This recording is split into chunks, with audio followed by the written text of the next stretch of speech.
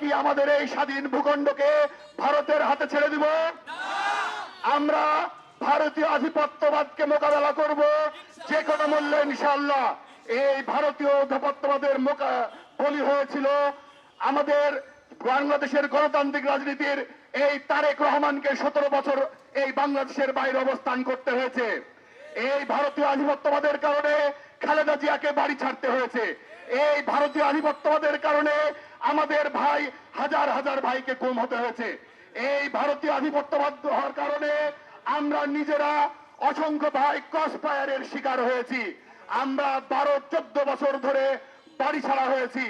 আবরার ফাহাদকে বুয়েটে জীবন দিতে হয়েছে এই ভারতীয় আধিপত্যবাদ ও আওয়ামী প্রতিরোধের কারণে।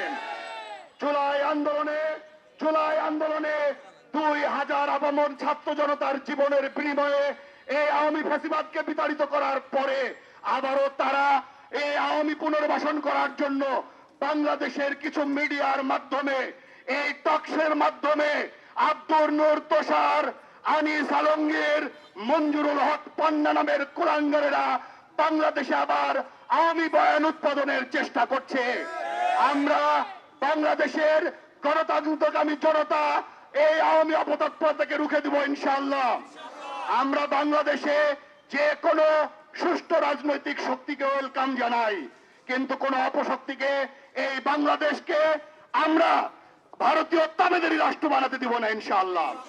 আপনারা জানেন এই শরীফ উসমান হাদি ভাই এক ইনকিলাব কালচারাল সেন্টার করে ভারতীয় সাম্রাজ্যবাদী কালচারের বিরুদ্ধে তিনি একটি বাংলাদেশপন্থী কালচারের উৎপাদন করেছিলেন, অথচ কাউকে আঘাত করা হয়নি। খুবই দুঃখজনক বিষয়, জুলাই আন্দোলনের পরে বাংলাদেশ নানা রাজনৈতিক বিভাজনে ক্ষমতা লিপ্সু রাজনৈতিক দলগুলো তারা ক্ষমতায় যাওয়ার কারণে প্রতিনিয়ত বিতর্কের মধ্যে চলে গেছে।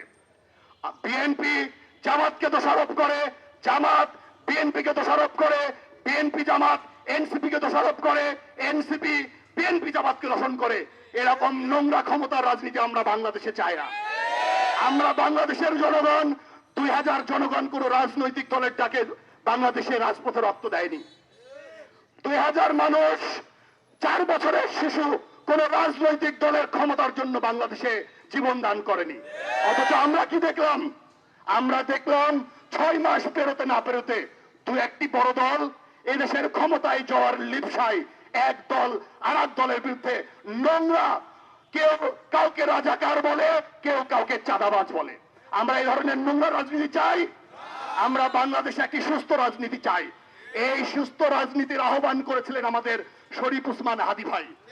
আমরা যে দলীয় পরিচয়ে থাকি, আমরা কোন রাজনৈতিক দুর্বৃত্তায়নকে, সন্ত্রাসবাদকে, চাঁদাবাজকে, দেশ বিরোধী কোন ষড়যন্ত্রকে আমরা বৈধতা দিতে পারি না।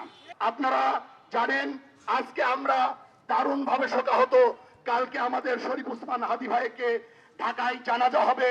নতুন করে বাংলাদেশের ইনকিলাব মঞ্চ যে কোনো ধরনের কর্মসূচি দিলে আমরা সেই কর্মসূচিতে একাত্মতা ঘোষণা করে আমরা বাংলাদেশকে ভারতীয় আধিপত্যবাদ মুক্ত করার শপথ গ্রহণ করব ইনশাআল্লাহ।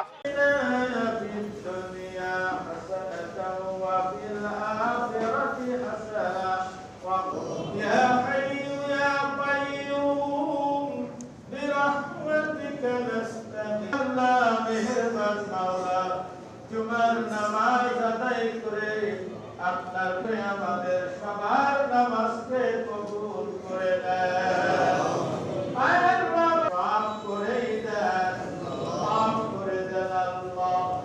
চোখের প্রত্যঙ্গের গুনাহ ও দয়াল আল্লাহ মেহেরবানি তামাম পৃথিবীর যত মুমিন মুমিনাত ইন্তেকাল করে আল্লাহ ধরনের আয়াল্লাহ অশান্তি না সৃষ্টি হয়, কারো কারো জাত যেমন মাল ইজ্জতের ইবাদত করেন আল্লাহ করিম মেহেরবানি করে মাওলা ওয়া নি'মান নাসির ওয়া সাল্লাল্লাহু ইয়া